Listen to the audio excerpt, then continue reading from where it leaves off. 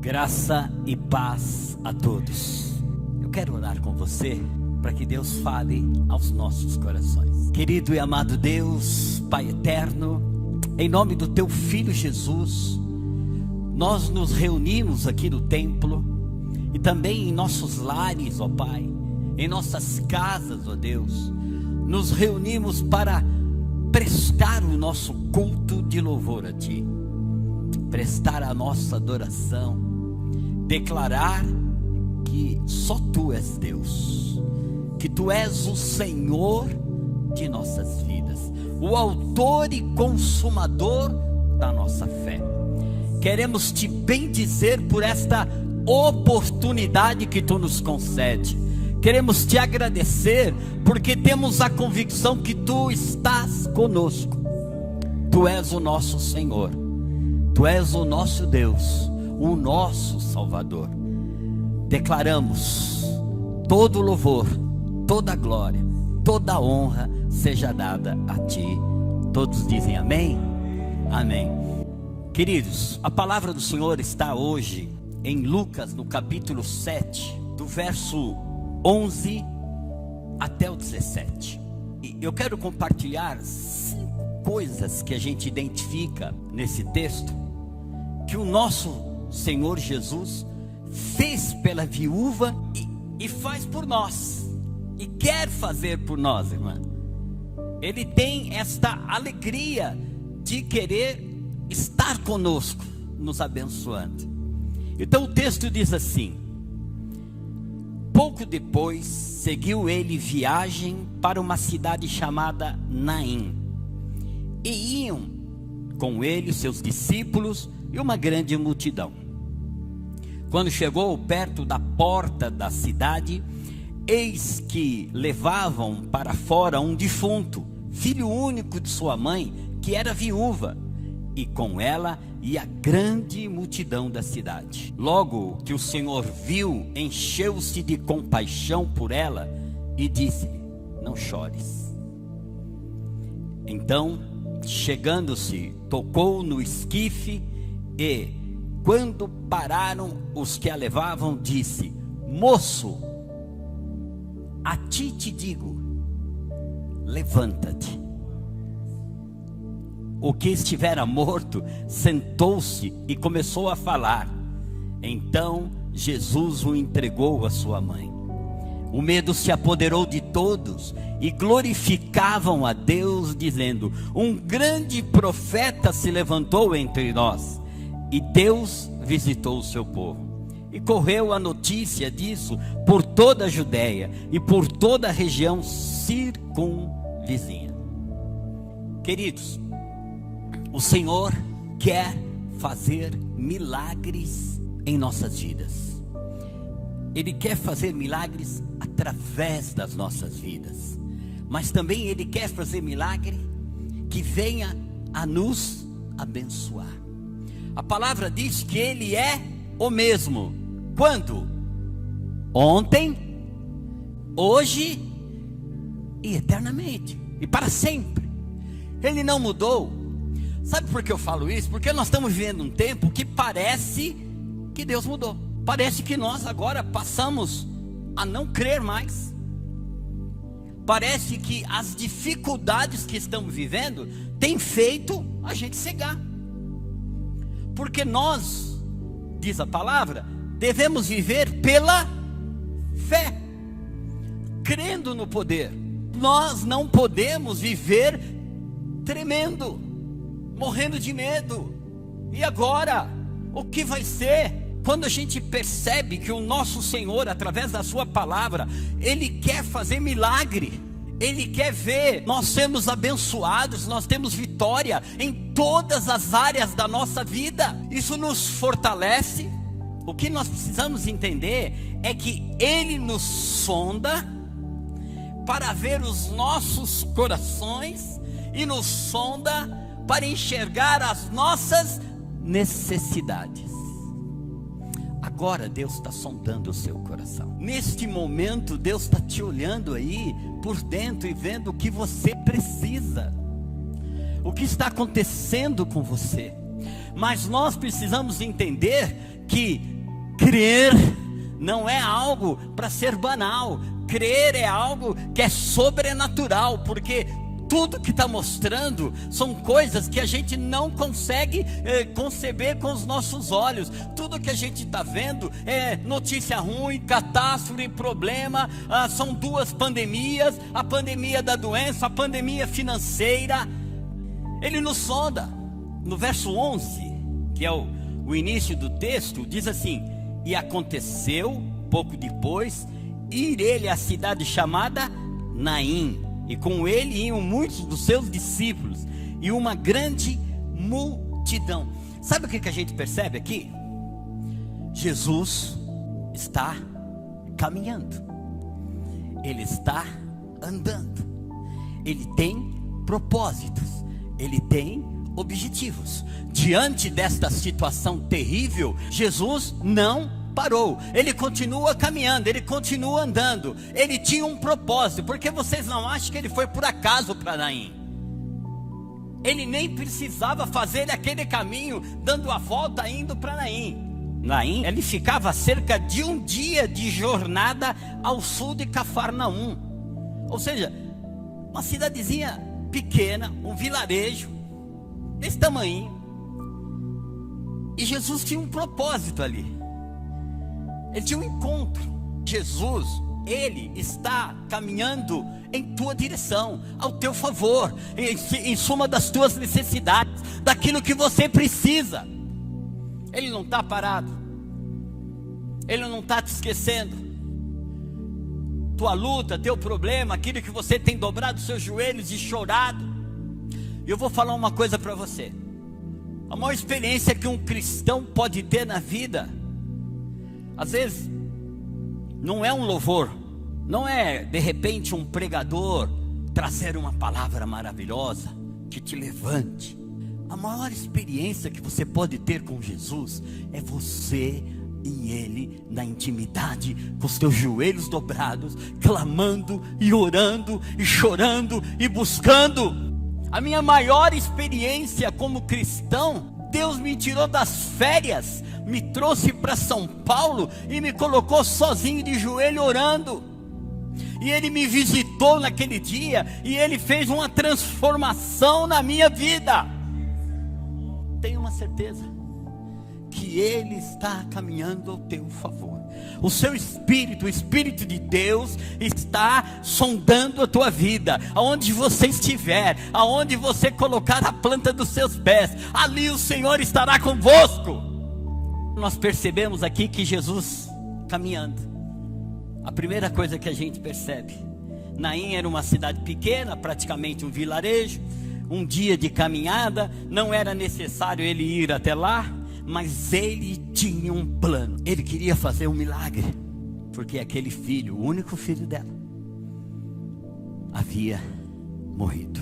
E quando chega no verso 13, e vendo-a, o Senhor moveu-se de compaixão por ela e disse-lhe: não chores. Jesus olhou para aquela mulher. E o que eu aprendo aqui? Que Ele olha para nós. Ele está te vendo. Você está vivendo uma luta? Você está vivendo um grande problema, uma grande dificuldade? Ei, Ele está te olhando. Ele está te vendo. Muitas vezes achamos que Jesus não está nos vendo. Muitas vezes a gente está no meio de um problema e a gente acha que Jesus não está ouvindo a nossa oração, que não está esquecendo de nós. Uma vez eu me lembro que eu estava tão desesperado, orando a Deus e no banho, e eu disse: Senhor, por que tu esqueceu de mim? E a minha esposa, usada por Deus, disse: Deus jamais esquecerá de nós. Não importa, muitas vezes a gente derrama lágrimas, a gente ora, a gente clama. Quando a gente vê essa situação hoje física, a gente não entende as coisas ainda, a gente não consegue enxergar todas as coisas espirituais, mas a gente vê quantas pessoas que poderiam estar aqui, que hoje não estão. Então muitas vezes nós achamos que Jesus, Ele esqueceu de nós, que Ele não está nos vendo, mas Ele está nos vendo. Ou que Ele não se importa com o teu problema, que Ele não se importa com a tua luta, mas Ele se importa com a tua luta, Ele se importa com a tua dificuldade. Ele é capaz de abrir porta onde não tem, para poder abrir a porta, porque a fé é justamente isso, é a gente crer naquilo que a gente não está vendo. Eu crer naquilo que eu vejo é muito fácil, é crer e ter a certeza que aquilo que não existe já existe. É porta de emprego, é falta de negócios, é uma enfermidade. Você pode crer que o Senhor está vendo a tua luta, a tua necessidade. E tem uma coisa, Ele vai fazer o melhor para você. E esse é o segredo de entregar a vida para Cristo. Este é o segredo que nós lá atrás, quando aceitamos Jesus, fizemos. Eu entreguei a minha vida ao Senhor para Ele tomar conta. Por quê? Porque eu sou limitado, eu sou incapaz, eu tenho problemas, eu tenho lutas, eu tenho dificuldades. E não há dúvida que Ele quer salvar a minha vida, Ele quer salvar a minha alma. Então quando eu me entreguei para Ele, eu tenho a certeza que Ele vai cuidar de mim. Jesus procurou com o seu olhar a atenção daquela mulher. Disse para ela: não chores. Eu ouvi um testemunho ontem do pastor Paulo de Freitas, que um belo dia ele fazia um trabalho de evangelismo, que ele passava cinema, ele ia nas igrejas com a filmadora e passava filmes evangélicos, já há acho que 30 anos atrás, eu não tenho bem certeza a data, a época, e ele sempre levava uma lâmpada a mais, sobressalente. E naquele dia ele foi comprar lá na Santa Ifigênia a lâmpada, e alguma coisa falou no coração dele: não leva não, leva nada. E ele pegou e falou: não vou levar, é cara, a lâmpada é muito cara, uma lâmpada que custava muito cara já na época. Ele falou: não vou levar não, estava meio sem dinheiro. E foi viajar lá para Goiás, para fazer a obra de Deus, daquele trabalho evangelístico que ele tinha, de passar filmes na igreja. Ele levava o cinema para dentro da igreja, naquele tempo, hein? E quando ele começou a testar tudo, não é que o camarada, quando foi ligar, ligou no 220 e queimou a lâmpada e deu um problema no aparelho. E aí ele tinha o culto e eles começaram a bater cabeça: como é que vamos fazer, como é que vamos fazer? E ele: mano, que pensamento foi esse que eu tive de não comprar a lâmpada? E agora? O que nós vamos fazer? E vai daqui, vai dali. Alguém falou assim: vamos na casa do dono do cinema da cidade. E eles foram, o pastor da igreja conhecia o dono do cinema, e foram lá e bateram na porta.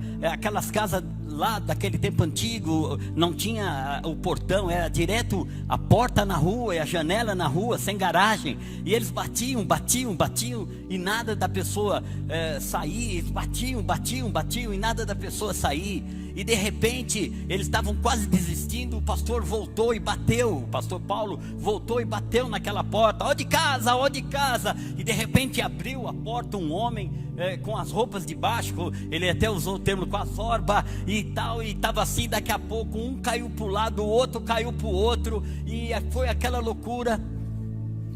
E de repente, quando chegaram na cozinha, na mesa da cozinha tinha veneno. Aqueles dois haviam tomado veneno para cometer suicídio e acabar com a própria vida. Foram para o pronto-socorro e tal, aquela coisa. Fizeram a lavagem para sair todo aquele veneno que estava no corpo. Conseguiram salvar os dois. E depois veio a história. Por problemas da vida, por frustrações da vida, aquele casal estava acabando com a sua própria vida. Ia ser o fim para eles. E porque o pastor Paulo não levou a lâmpada, porque ligaram no 220 a energia. Coincidência? Ou é Jesuscidência? Jesus teve um plano para salvar a vida, e aqueles dois aceitaram a Cristo e passaram a caminhar com o Senhor. Sabe, queridos, nós precisamos entender que o Senhor está nos vendo. Jesus moveu-se de íntima compaixão. Isso é coisa de Jesus. Ele não é frio, ele se move, porque ele está preocupado, porque ele está te vendo, porque ele está caminhando em sua direção. Jesus compreendeu a dor daquela mulher, e ele se compadeceu. Você imagina que ele podia passar, e se realmente Jesus não tivesse propósito ali de salvar, de fazer um milagre, ele podia dizer assim: meus sentimentos. Se fosse eu que tivesse ido para Naim e visse aquele cortejo, eu ia dizer assim: Senhor, abençoa essa viúva, porque só tu pode fazer alguma coisa. Eu nem olhar para ela, passar de reto. Não é? Porque ela ia vir chorar, eu já tenho os meus problemas, ela vinha chorar os problemas aqui. Só que Jesus não faz isso com a gente. Ele olha e se compadece. Ele se preocupa. Ele dá atenção para ela, porque ele disse para ela o quê? Não chores. Percebe que ele está ligado com a gente. Imagina, ele andou uma jornada inteira de um dia para poder ir lá, só para isso. Uma cidadezinha desse tamanho, que provavelmente não tem valor nenhum. Jesus foi até Naim. Por que Jesus não pode te visitar na sua casa lá hoje? Você precisa crer, é ter a convicção que o Senhor pode te visitar. Ele está contigo, aleluia, né? No final do verso ele diz: não chores, aleluia. Porque as lutas podem ser difíceis, as muralhas podem ser grandes, mas o Cordeiro de Deus sempre falará com sua voz suave aos nossos ouvidos, nos dando força, graça para suportar as dificuldades. Jesus se aproximou dela, né? Diz o verso 14, que diz assim: e chegando-se, tocou no esquife, e os que o levavam pararam. E Jesus disse: jovem, eu te digo, levanta-te. Nós vemos claramente que a iniciativa foi de Jesus. Tudo o que ele quer é se aproximar de nós, estar ao nosso lado. É poder que ele nos traz. Ele se aproxima e você só precisa enxugar as suas lágrimas, aleluia. Deixa ele ficar do seu lado e te consolar. Está difícil, se ele está no controle, se ele está do seu lado, fica tranquilo, não se desespere, não arranque os cabelos. O texto fala que ele tocou no esquife, é porque ele age ao nosso favor. Lá em Lucas 8:54, ele diz assim: mas ele, pegando-lhe na mão, clamou dizendo: levanta-te, menina. Ele está falando aqui da filha de Jairo, que estava morta, e ele ressuscitou. João 11:43. E tendo dito isso, clamou com grande voz: Lázaro, vem para fora. Lázaro só precisou de uma palavra: vem para fora, Lázaro. Se a tua vida está destruída, o Senhor pode mudar este cativeiro. O grande problema daquela mulher era justamente aquela esquife que carregava seu filho, o único filho dela, e que agora estava levando o filho daquela mulher para o túmulo. Esse era o grande problema, e só tinha uma solução. Jesus entrou com a solução. Ele tocou no esquife. Deixa Jesus Cristo tocar no teu problema. Muitas vezes a gente não entrega o problema para Cristo. A gente quer encontrar, nós queremos encontrar a solução. Nós queremos encontrar a alternativa. Só que se você deixar na mão do Senhor, Ele será a alternativa.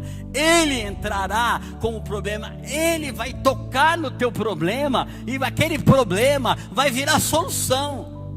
Aquilo que de repente vai terminar é um novo começo para você. Mas você precisa confiar.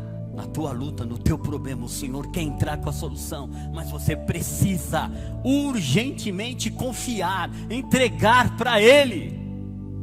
Qual é o seu drama? Qual é a sua luta? O que está morto? É a sua fé? Perdeu a confiança? Esses rumores todos de que se você pegar alguma coisa que está desse mundo, vai acabar com você? A tua vida está nas mãos do Senhor. Os teus sonhos foram colocados no buraco e você perdeu os sonhos. O teu Senhor é capaz de mudar e de te trazer novos sonhos, novos propósitos, novos objetivos. Qual é o teu problema? É a tua saúde, a tua vida financeira, a tua família.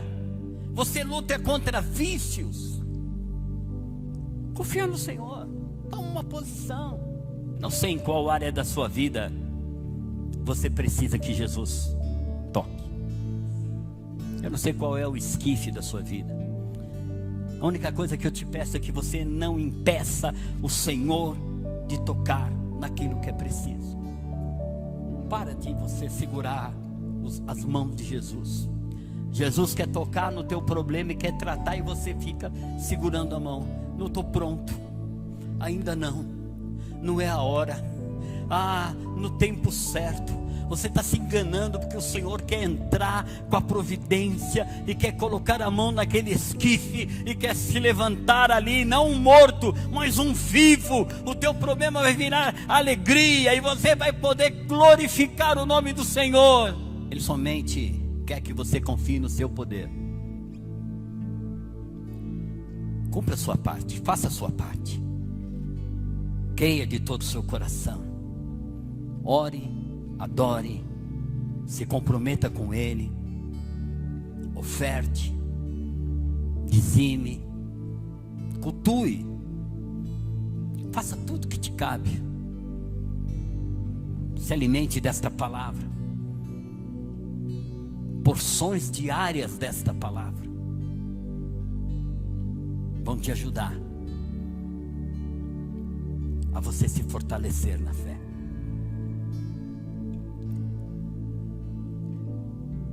Confie nessa palavra e veja tudo que o Senhor Jesus pode fazer em sua vida e através da sua vida.